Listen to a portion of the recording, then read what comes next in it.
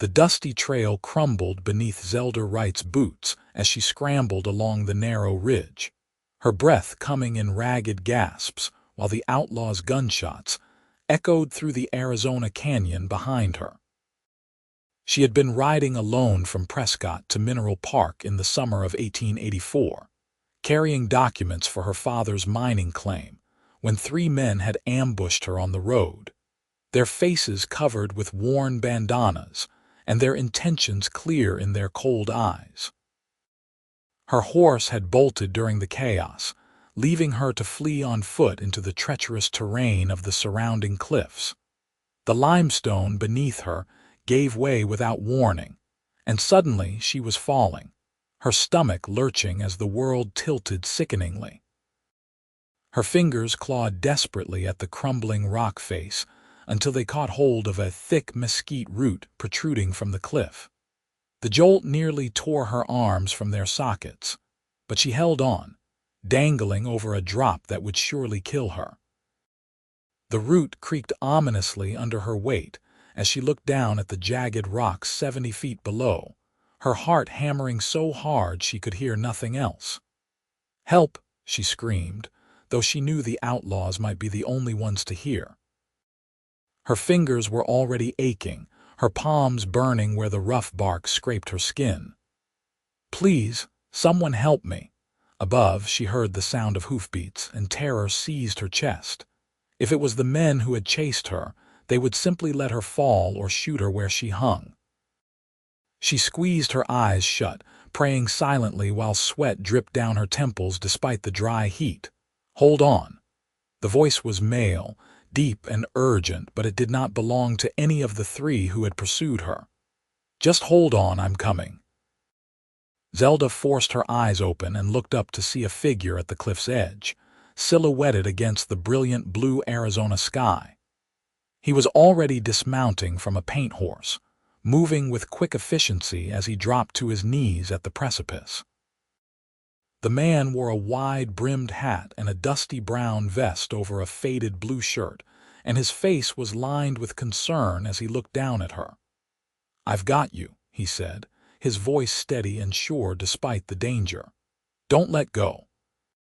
"I don't plan to," Zelda managed to gasp out, though her fingers were trembling with the strain.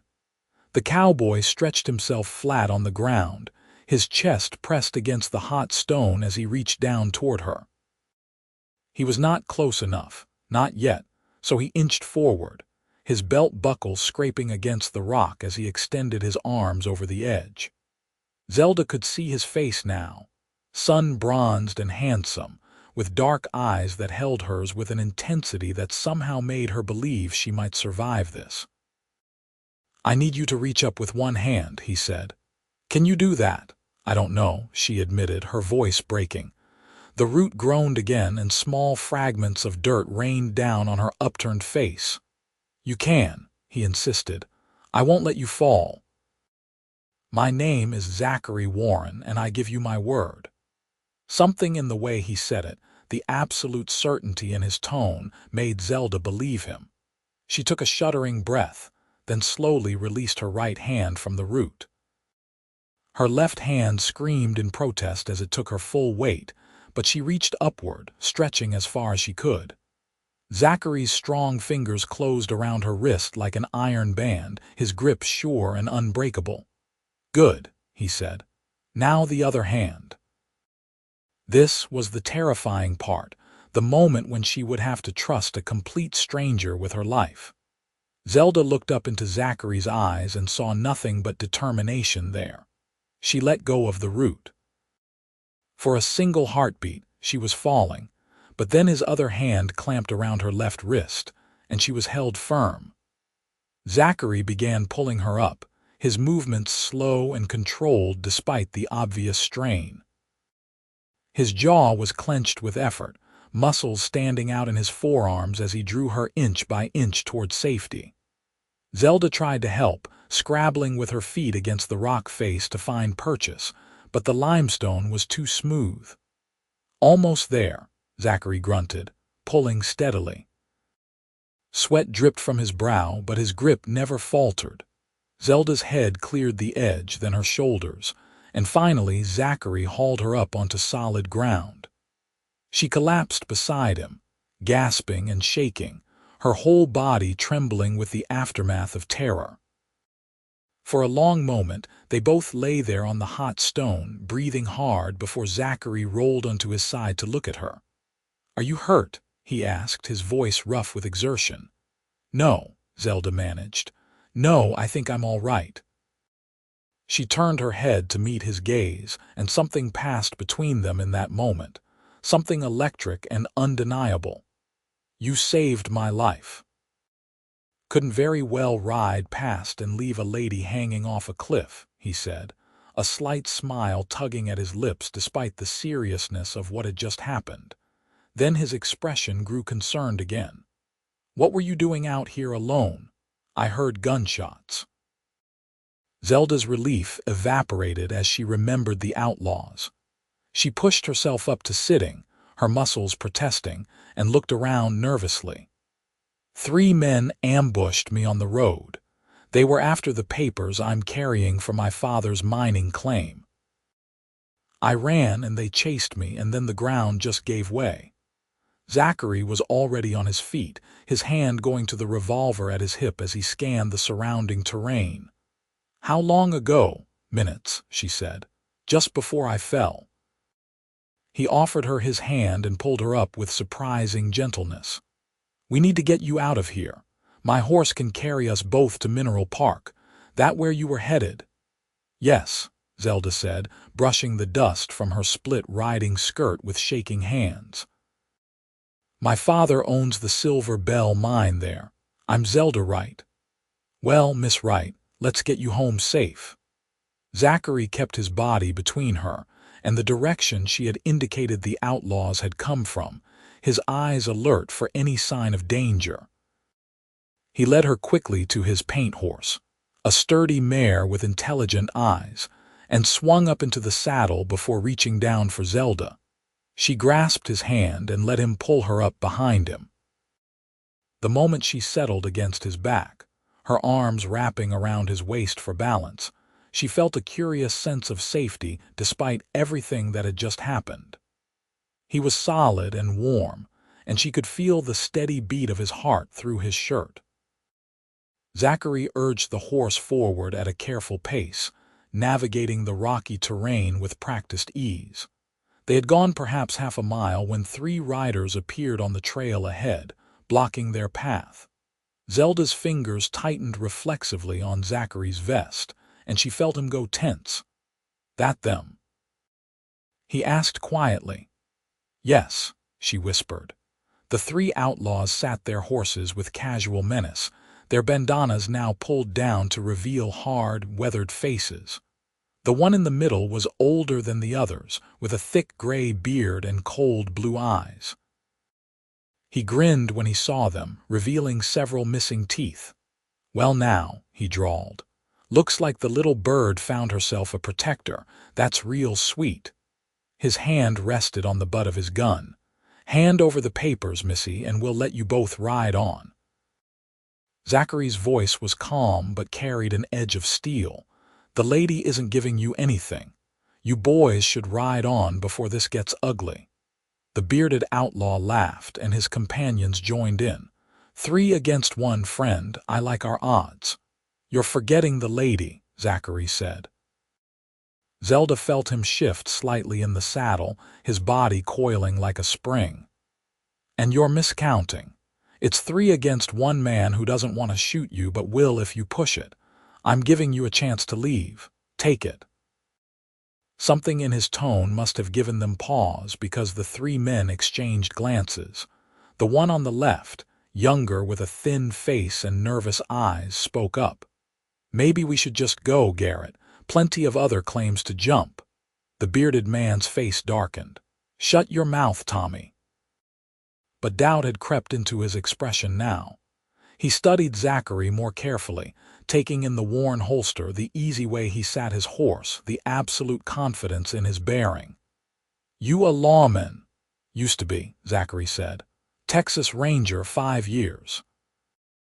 Now I'm just a man who doesn't take kindly to folks threatening women. That did it. The outlaw called Garrett spat into the dust and jerked his head to his companions. This ain't worth dying over. Come on. He wheeled his horse around and rode off, his two partners following quickly behind. Zelda released a breath she had not realized she was holding, her forehead dropping to rest against Zachary's shoulder blade. "Thank you," she murmured. "Again." "All in a day's work," he said lightly, but she could hear the relief in his voice too. He urged the mare forward again, and they continued toward Mineral Park without further incident.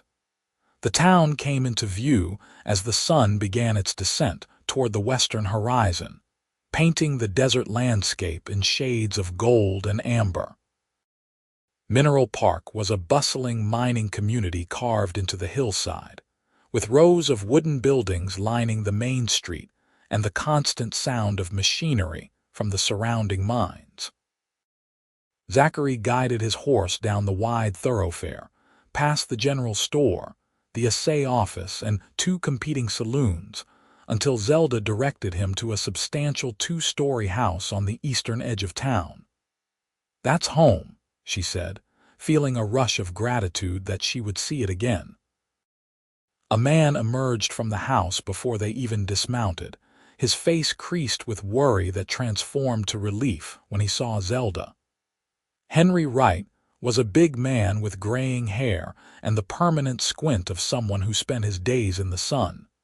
He strode forward quickly, his hands outstretched. "Zelda, thank God. When your horse came back without you, I thought," he broke off, his voice thick with emotion, and helped her down from the horse. He held her at arm's length, examining her for injuries, taking in her disheveled appearance and scraped hands. "What happened?" "Outlaws, father," she said. "They wanted the claim papers. I ran, but I fell off a cliff, and if it were not for Mr. Warren here, I would be dead." Henry Wright turned his attention to Zachary, who had dismounted and stood holding his horse's reins with quiet courtesy. The older man's eyes were suddenly bright with unshed tears as he grasped Zachary's hand in both of his and shook it vigorously. "I owe you a debt I can never repay," Henry said, his voice rough. "You saved my daughter's life, my only child."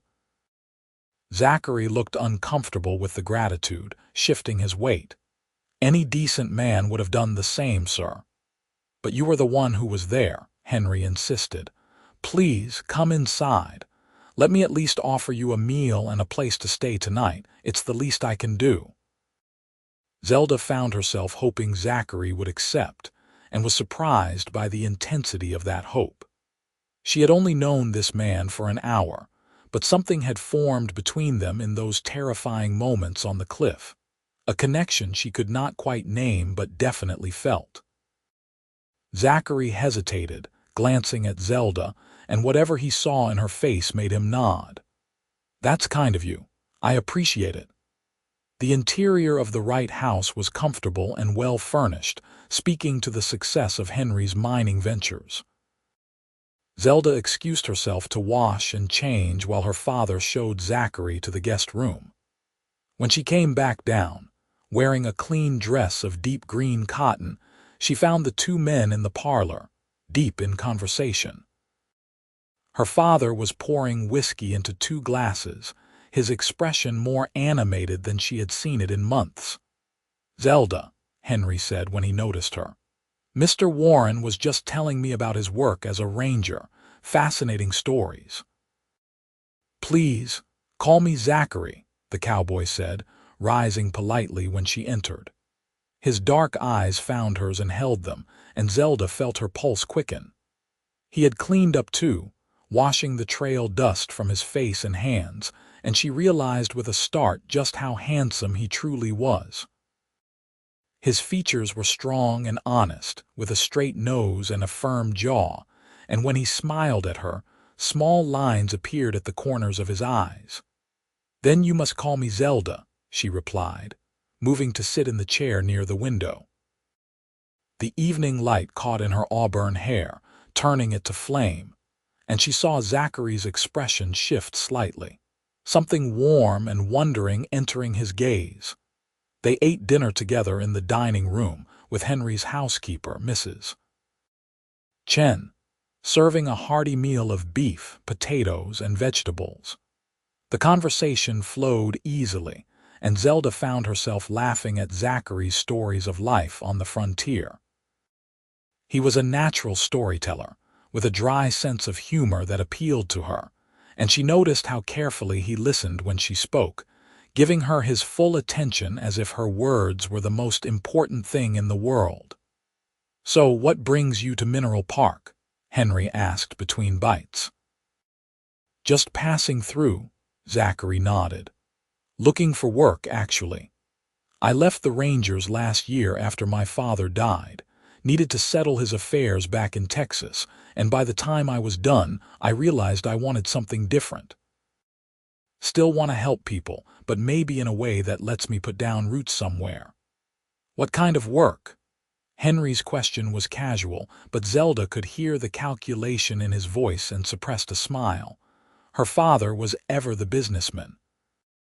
"I'm good with horses, decent with a gun when necessary, and I know how to handle trouble without escalating it if possible," Zachary said. "Figured a mining town might need someone to help keep the peace or guard shipments, that sort of thing." Henry leaned back in his chair, swirling the whiskey in his glass thoughtfully.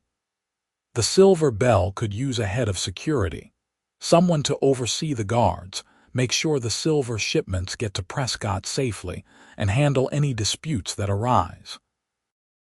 The man I had quit last month to go back east, and I haven't found a suitable replacement." He paused, studying Zachary. "You interested?" Zelda held her breath, surprised by how much she wanted him to say yes. Zachary met Henry's gaze steadily. "I'd need to know more about the operation, but yes, I'm interested." "Good." Henry raised his glass. "Come by the mine tomorrow morning and I'll show you around. We can discuss terms." After dinner, Zelda walked Zachary out to the porch while her father retired to his study to review some papers. The night air was cool and clear, filled with the scent of sage and the distant sound of a piano from one of the saloons. Stars blazed overhead in vast profusion, undimmed by any city lights. They stood at the railing, not quite touching but very aware of each other. "Your father seems like a good man," Zachary said quietly. "He is," Zelda agreed. "He came out here after my mother died when I was 12. Built the Silver Bell from nothing. It's his whole life." She paused, then added, "Well, that and me, I suppose. Lucky man to have a daughter like you." Zelda felt heat rise to her cheeks and was grateful for the darkness that hid her blush. "You don't even know me." "I know you're brave," Zachary said. "Most people would have panicked and fallen when that root started giving way. You held on, and when I needed you to trust me, you did." He turned to face her fully, his expression serious. "That takes courage." "I was terrified," she admitted. "Courage isn't the absence of fear, it's acting despite it." He smiled slightly. "Someone told me that once, and it stuck." They were quiet for a moment, the air between them charged with possibility. Zelda was intensely aware of how close he stood, how she could reach out and touch his arm if she wanted to. The thought sent a shiver through her that had nothing to do with the cool night air. "I hope you take the job," she said softly. "I'd like to see you again." Zachary's smile widened, transforming his face. "I was hoping you'd say something like that. Truth is, I was planning to take the job regardless of the terms, just for the chance to get to know you better." Zelda laughed, a light, happy sound. "That's rather presumptuous of you, Mr. Warren." "Zachary," he corrected gently. "And maybe so, but when I pulled you up from that cliff and looked into your eyes, I felt something I've never felt before. Like I was meant to be on that trail at exactly that moment, like everything in my life had led me to you." He shook his head ruefully. "I know that sounds crazy, we just met." "It doesn't sound crazy," Zelda said, her heart racing. "I felt it too." The admission hung in the air between them, precious and fragile. Zachary reached out slowly, giving her time to pull away if she wished, and took her hand in his. His palm was warm and calloused, his fingers strong and gentle as they intertwined with hers. "Then I guess we'll see where this goes," he murmured. "I guess we will," she agreed, and felt herself smiling so widely her cheeks hurt. True to his word, Zachary arrived at the Silver Bell mine at dawn the next morning. Zelda watched from the office window as her father showed him around, introducing him to the miners and guards, taking him through the tunnels and explaining the operation. She was supposed to be working on the accounts, but she found her attention repeatedly drawn to the tall figure in the dusty hat. The way he listened carefully to everything he was told and asked intelligent questions. By mid-morning, Henry returned to the office with Zachary in tow, both men looking satisfied. "It's settled," her father announced.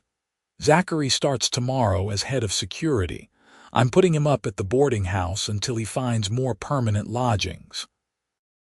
"Congratulations," Zelda said, trying to keep her voice professionally neutral and failing entirely. The smile on her face gave her away completely. Zachary's eyes found hers across the room, and the warmth in them made her stomach flutter. "Thank you. I'm looking forward to it." Over the following weeks, Zelda and Zachary saw each other nearly every day.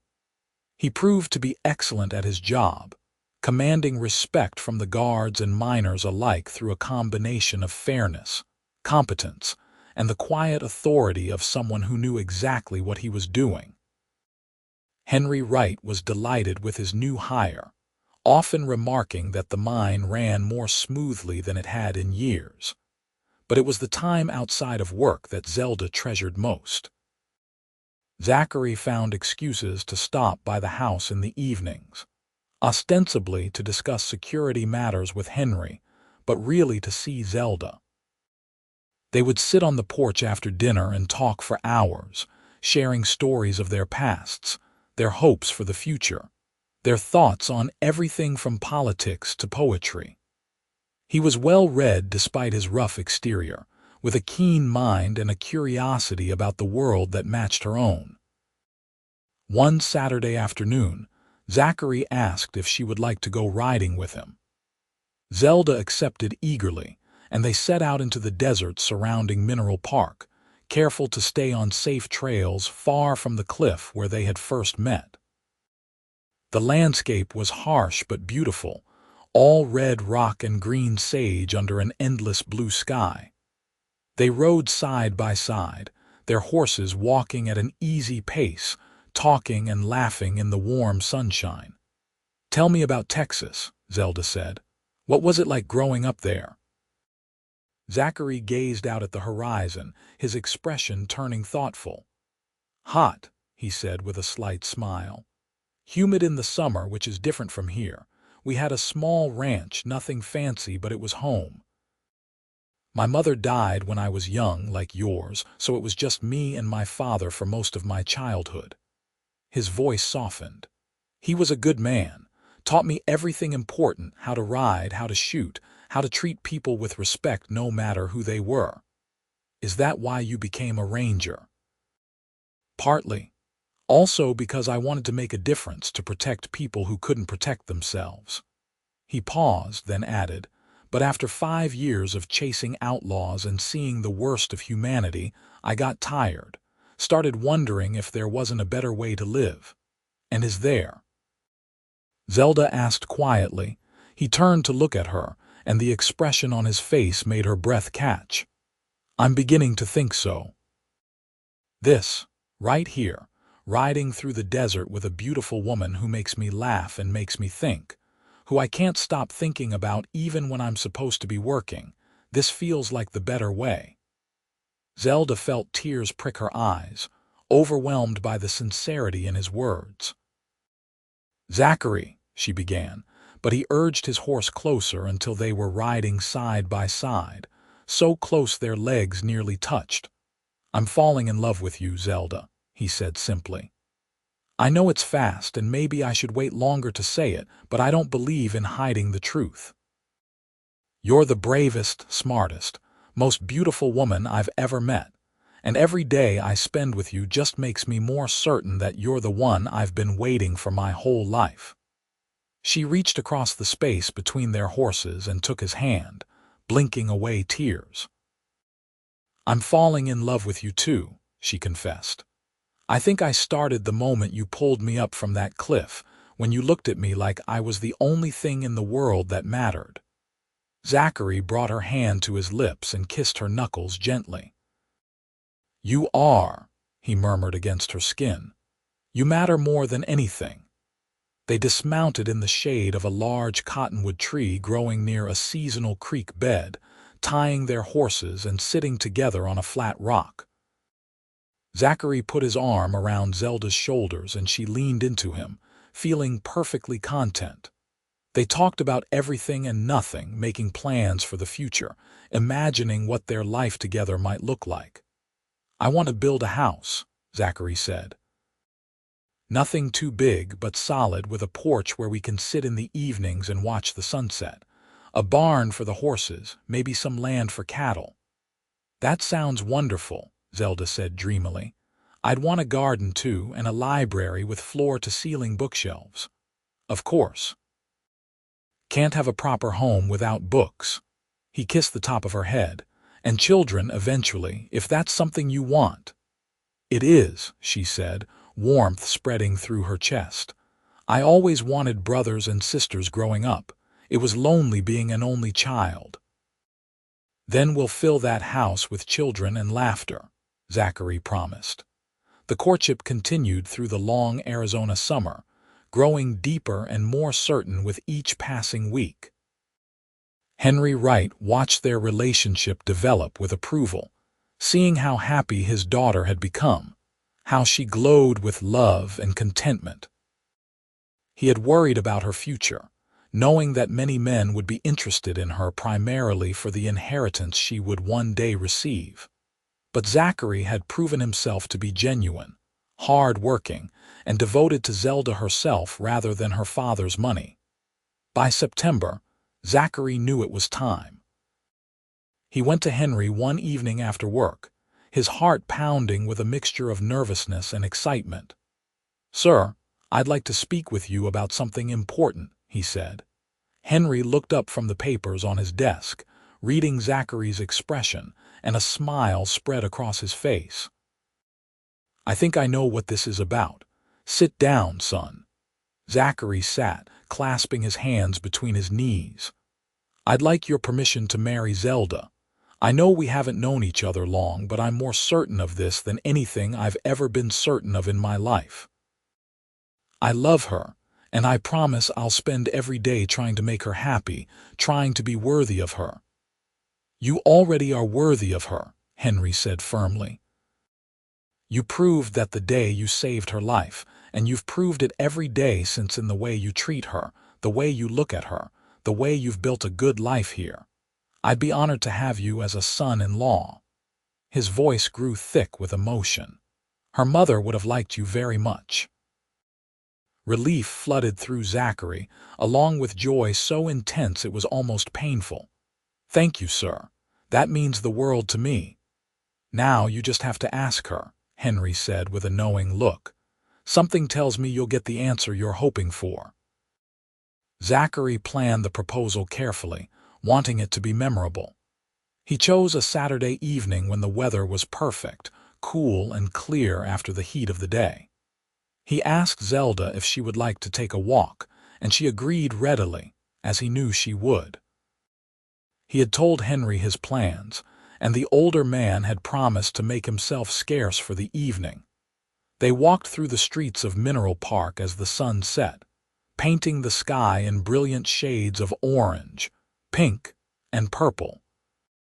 The town was busy with weekend activity. Miners freshly paid and looking to enjoy themselves, families out for evening strolls, merchants closing up their shops. Zachary guided Zelda away from the crowds, up a winding path that led to a viewpoint overlooking the town and the surrounding landscape. "It's beautiful up here," Zelda said, admiring the view. The lights of Mineral Park twinkled below them, and beyond stretched the vast Arizona wilderness, mysterious and lovely in the fading light. "Not as beautiful as you," Zachary said, and when she turned to face him with a playful roll of her eyes at the compliment, he was already dropping to one knee. Zelda's hand flew to her mouth, her eyes going wide. "Zachary," she breathed. He pulled a small velvet box from his pocket and opened it to reveal a gold ring set with a modest but lovely diamond that caught the last rays of sunlight. "Zelda Wright, from the moment I pulled you up from that cliff, my life changed. You've given me something I didn't even know I was looking for, a reason to build a future instead of just drifting from place to place. You make me want to be better, to be the man you see when you look at me. I love you more than I knew it was possible to love anyone, and I promise that if you'll marry me, I'll spend the rest of my life making you happy, protecting you, cherishing you, and thanking whatever force of fate put me on that trail the day you needed me most. Will you marry me?" Tears were streaming down Zelda's face, but she was smiling so widely it was like the sun had come back out. "Yes," she said, her voice breaking with emotion. "Yes, yes, 1,000 times yes." Zachary surged to his feet and pulled her into his arms, lifting her off the ground and spinning her around while she laughed and cried simultaneously.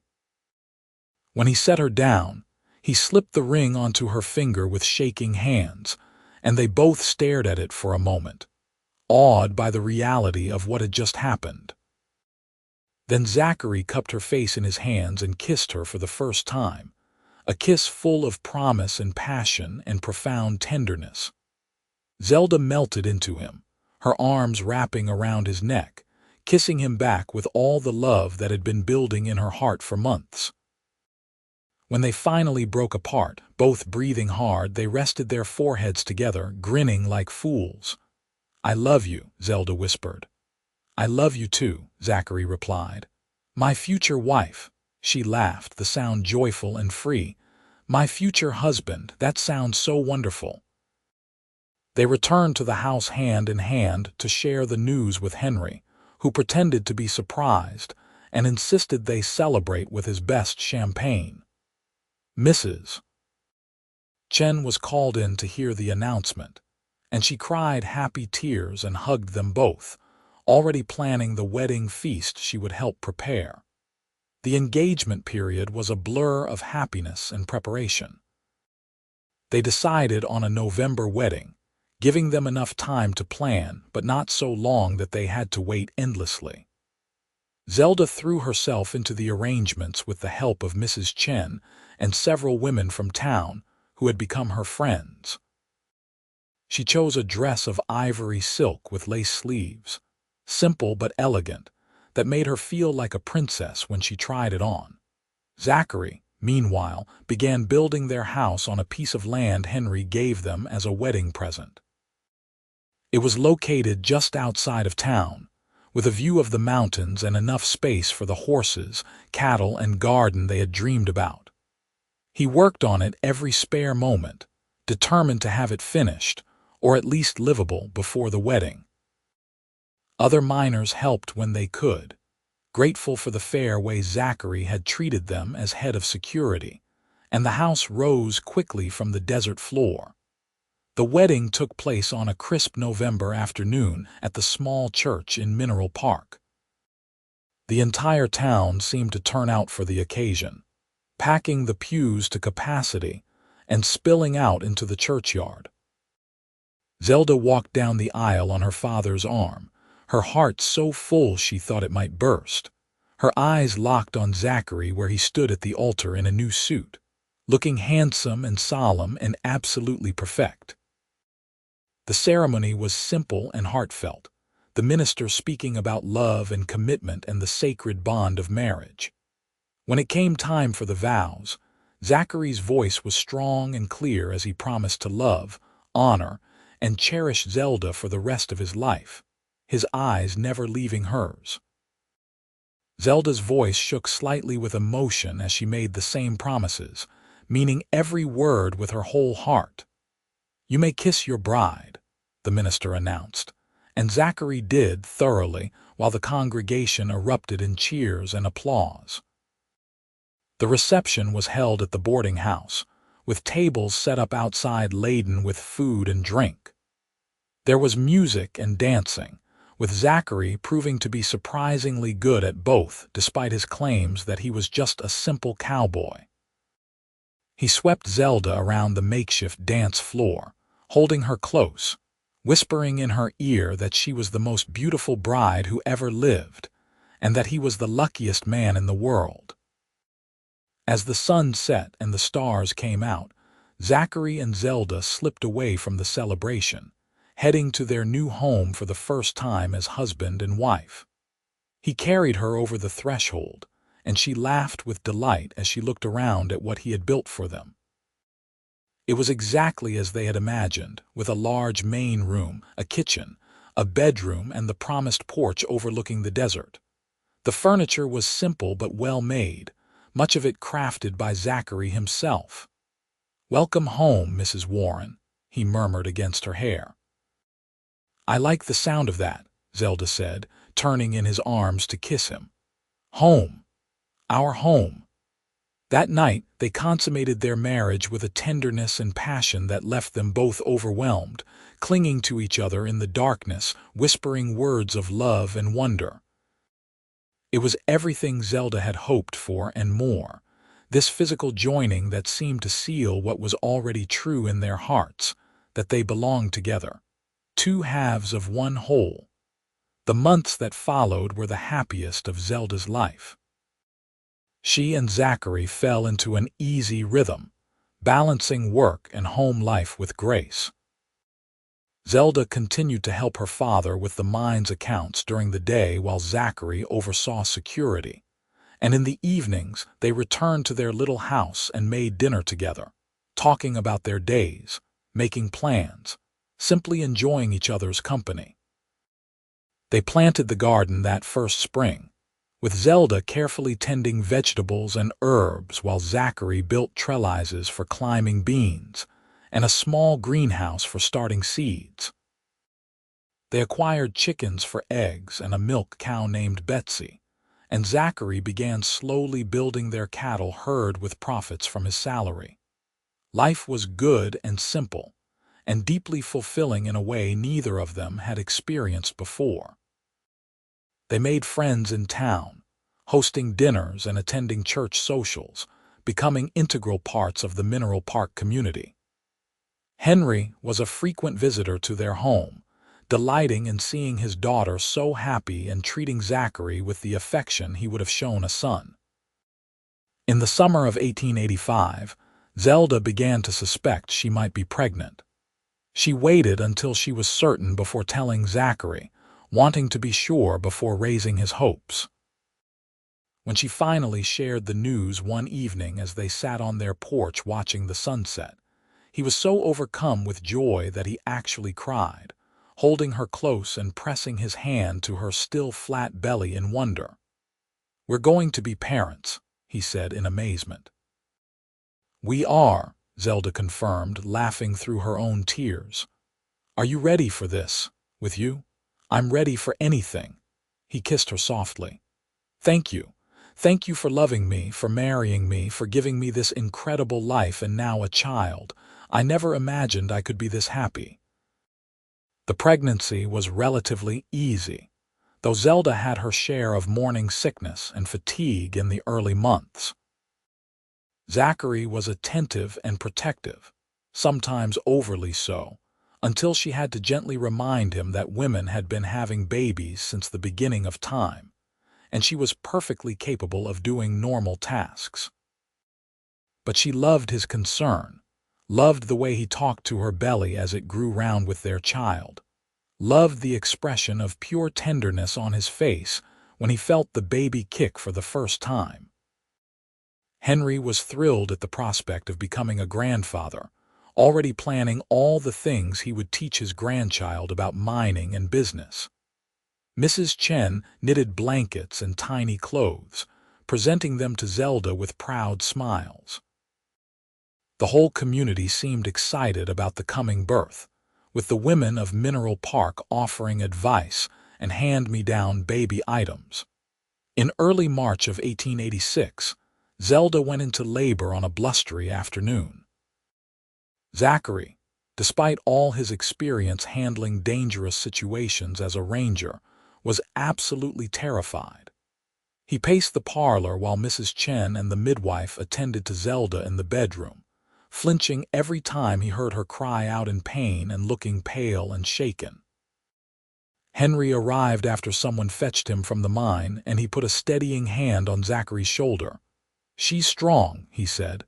"She'll be fine, they'll both be fine." "I can't lose her," Zachary said hoarsely. "I can't, you won't," Henry assured him. "Have faith." The labor lasted through the night and into the next morning, long and difficult, but finally, just as the sun was rising over the desert, a baby's cry split the air. Zachary's head jerked up, his whole body going tense, and then Mrs. Chen appeared in the doorway with a smile on her face. "You have a son," she announced. "A healthy baby boy, and your wife is tired but well." Relief so intense it nearly knocked him over swept through Zachary, and he pushed past Mrs. Chen into the bedroom. Zelda was propped up against pillows, looking exhausted but radiant, her hair damp with sweat and her face glowing with love as she cradled a tiny bundle wrapped in one of Mrs. Chen's knitted blankets. "Come meet your son," she said softly. Zachary crossed to the bed on shaking legs and sat carefully on the edge, peering down at the impossibly small face peeping out from the blanket. The baby had a dusting of dark hair and was currently sleeping peacefully, his tiny fist curled against his cheek. Something in Zachary's chest cracked wide open at the sight, a flood of love so powerful it was almost frightening. "He's perfect," Zachary whispered. "You're perfect. I can't believe we made this little person." "What should we name him?" Zelda asked, leaning her head against Zachary's shoulder. They had discussed names throughout the pregnancy but never quite settled on anything. Now, looking at his son, Zachary thought about his own father, the man who had taught him everything important, who had shown him what it meant to be good and honorable and kind. "What about James?" he suggested. "After my father. James Henry, if that's all right with you after both our fathers." Tears filled Zelda's eyes. "James Henry Warren, that's beautiful, I love it." Henry, granted permission to enter the room, looked at his grandson with wonder and cradled him with the careful reverence of someone who understood just how precious and fragile new life was. "Hello, James," he said softly. "Welcome to the world, little one. You have no idea how loved you are." The first few months of parenthood were exhausting and wonderful in equal measure. James was a good baby overall, but he still required round-the-clock care, and both Zelda and Zachary stumbled through those early weeks in a fog of sleeplessness and joy. Zachary proved to be a devoted father, rising in the night to help with feedings, changing diapers without complaint, spending hours just holding his son and marveling at every tiny expression and movement. Zelda watched her husband with their child and fell even more in love with him, something she had not thought possible. The gentleness with which he handled James, the patience he showed, the pure adoration on his face, it all confirmed what she had always known, that Zachary Warren was one of the truly good men in the world. As James grew, he revealed himself to be an inquisitive, happy child with his mother's curious nature and his father's easy smile. He took his first steps at 10 months, much to everyone's delight, and spoke his first word, "Papa," shortly after his first birthday, making Zachary beam with pride. Life continued its pleasant rhythm. Zachary was promoted to General Operations Manager at the Silver Bell, overseeing not just security but much of the day-to-day running of the mine. It meant more responsibility but also more pay, allowing them to expand their house and their cattle operation. Zelda balanced motherhood with continued involvement in the mine's business, her sharp mind for numbers proving invaluable to her father. When James was 2 years old, Zelda discovered she was pregnant again. This pregnancy was different from the first, and she somehow knew even before the midwife confirmed it that she was carrying a daughter. She was right. In the spring of 1888, she gave birth to a healthy baby girl they named Rose Elizabeth, after Zachary's mother and Zelda's. Rose was a placid, sweet-natured baby who seemed content to observe the world with wide, intelligent eyes. James was fascinated by his baby sister, wanting to help with everything, and Zelda's heart swelled watching her son gently pat Rose's tiny hand or try to make her smile. The years passed in a blur of happiness and hard work. James and Rose grew like weeds, filling the house with noise and laughter and the occasional fight over toys. The cattle operation expanded until it was nearly as profitable as Zachary's mine work, and they hired a hand to help manage it. Zelda's garden flourished, providing vegetables for their table and enough extra to sell in town. Henry began to slow down as he aged, his health gradually declining, and in 1892 he made the decision to officially retire, turning over full control of the Silver Bell to Zachary. It was a measure of the absolute trust and respect Henry had for his son-in-law, knowing that Zachary would continue the legacy he had built while also bringing his own innovations and vision to the operation. "You've been more than I ever could have hoped for," Henry told Zachary the day he signed over the papers.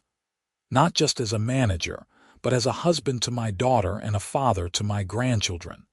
You saved Zelda's life that day on the cliff, but you've given her so much more than that. You've given her a beautiful life, and that's the greatest gift you could have given me." Zachary gripped the older man's hand, his eyes suspiciously bright. "You gave me a chance when I was just a drifter looking for work. You trusted me with your most precious treasure. I'll never stop being grateful for that." Henry lived to see the birth of Zelda and Zachary's third child, a son they named Thomas, in 1893, but he passed away peacefully in his sleep the following winter. The loss was profound for Zelda, though softened by the knowledge that her father had lived long enough to see her happy and settled, surrounded by love and family. They buried him on a hill overlooking Mineral Park, the town he had helped build, with a headstone that read, "Beloved Father and Grandfather." The Silver Bell became Zachary's to run, and he did so with the same integrity and fairness Henry had shown, earning the loyalty of the miners and the respect of the other mine owners in the region. Under his management, the mine continued to prosper, and the Warren family with it. They expanded their house again as their family and needs grew, adding a proper library for Zelda with the floor-to-ceiling bookshelves she had dreamed of years ago. James grew into a responsible, hard-working young man who seemed destined to follow in his father's footsteps. Rose was bright and bookish, spending hours in the library reading everything she could get her hands on.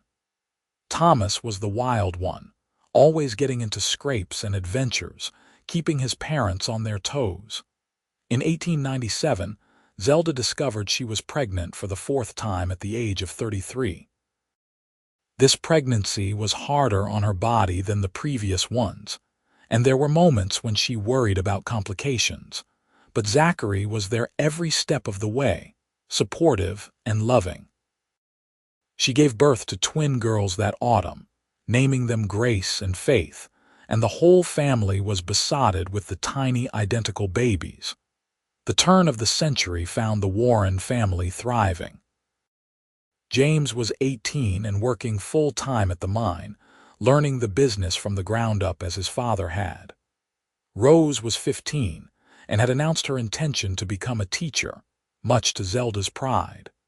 Thomas was 7 and still causing good-natured mayhem wherever he went. The twins were 2, precocious and adorable and completely identical, delighting in confusing everyone about which was which.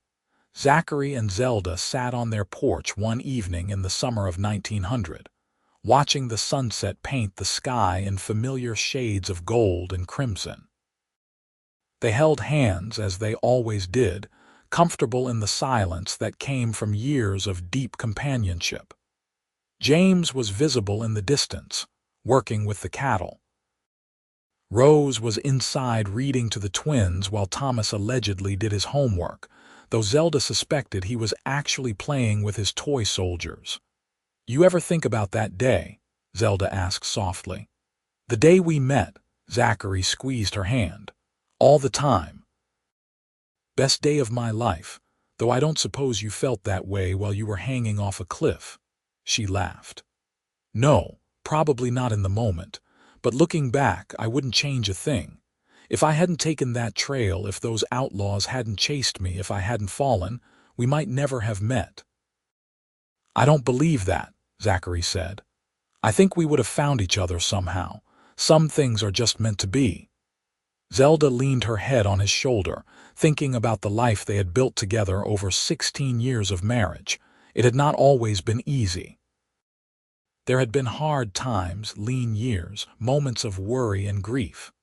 But through it all, they had faced everything together, their love the constant foundation beneath everything else. "I'm so grateful," she murmured, "for all of it. For you, for our children, for this life. Sometimes I still can't quite believe it's real, that I get to wake up every morning next to the man who saved my life and then gave me everything I ever wanted." Zachary turned and kissed her temple. "I'm the grateful one. You took a chance on a drifter cowboy with nothing but a horse and a good intention. You loved me when I didn't have much to offer, and you've stood by me through everything. You made me a better man, Zelda. You gave my life meaning and purpose." "We gave each other that," she corrected softly. As the sun dipped below the horizon, and the first stars appeared in the darkening sky, they sat together in perfect contentment, surrounded by the life they had created. The sounds of their children drifted out through the open windows, Rose's voice reading a story, the twins' delighted giggles, Thomas's protests about having to finish his schoolwork. Inside, the house glowed with warm lamplight, inviting and full of love. Zachary stood and pulled Zelda to her feet, drawing her into his arms for a slow dance with no music but the whisper of the desert wind. She followed his lead as she had for 16 years, trusting him completely, loving him with her whole heart. "Here's to the next 16 years," Zachary said, "and the 16 after that, and as many more as we're blessed to have together." "I'll take every single one," Zelda replied, reaching up to kiss him. The years continued to unfold with their mixture of joy and challenge. James married a sweet girl from a neighboring ranch in 1902, and by 1904, Zachary and Zelda were grandparents to a lively little boy named after Zachary. Rose went off to teachers' college and returned to teach at the Mineral Park School, beloved by her students. Thomas eventually settled down enough to become a surprisingly skilled ranch manager, taking over much of the cattle operation. The twins grew into beautiful young women, Grace showing an aptitude for music and Faith for art. Zachary and Zelda grew older together gracefully, their hair silvering, their faces lining, but their love never diminishing. If anything, it deepened with each passing year, enriched by shared memories and the life they had built. They were fixtures in Mineral Park, respected and loved by the entire community. Their marriage held up as an example of what true partnership looked like. On their 25th wedding anniversary in 1909, their children threw them a surprise celebration at the mine. The whole town turned out, just as they had for the wedding, to honor the couple who had become such an integral part of the community.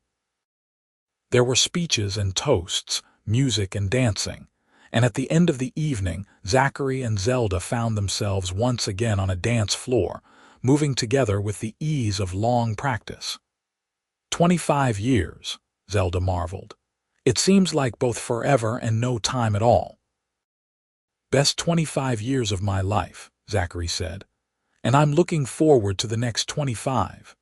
She smiled up at him, her eyes still sparkling with the same love and light they had held the day he first saw her. Me too.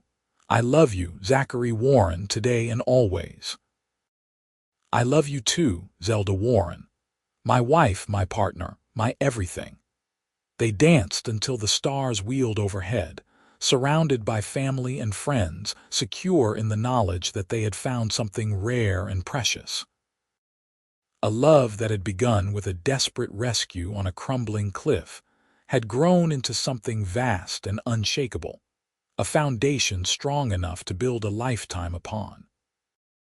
The house they had built together stood solid against the desert winds, filled with the echoes of children's laughter and the warmth of countless family dinners. The cattle they had raised together grazed peacefully on land they had cultivated with their own hands. The mine continued to prosper under Zachary's careful stewardship, providing jobs and security for hundreds of families. But more than any material success, they had built something far more valuable. They had built a family bound together by love and respect. They had built a legacy of kindness and integrity that their children would carry forward. They had built a partnership that had weathered every storm and emerged stronger. As they finally returned home that anniversary night, walking hand in hand under the desert stars just as they had done countless times before, Zelda looked back on the journey that had brought them to this moment. From that terrifying day hanging off a cliff by a root to this night celebrating 25 years of marriage, every step had been worth it. Zachary must have sensed her thoughts because he pulled her close and kissed her softly. "No regrets?" he asked. "Not a single one," she replied truthfully. "You? Only that I didn't find you sooner," he said. "But then again, maybe we found each other at exactly the right time."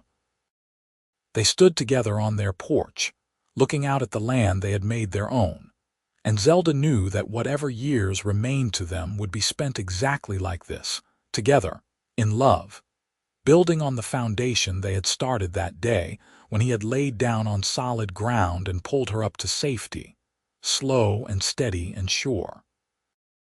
It had been the first of countless times he would save her, and she him, because that was what love was, pulling each other up when the world threatened to let you fall, holding on no matter how difficult, trusting that together you were stronger than anything life could throw at you.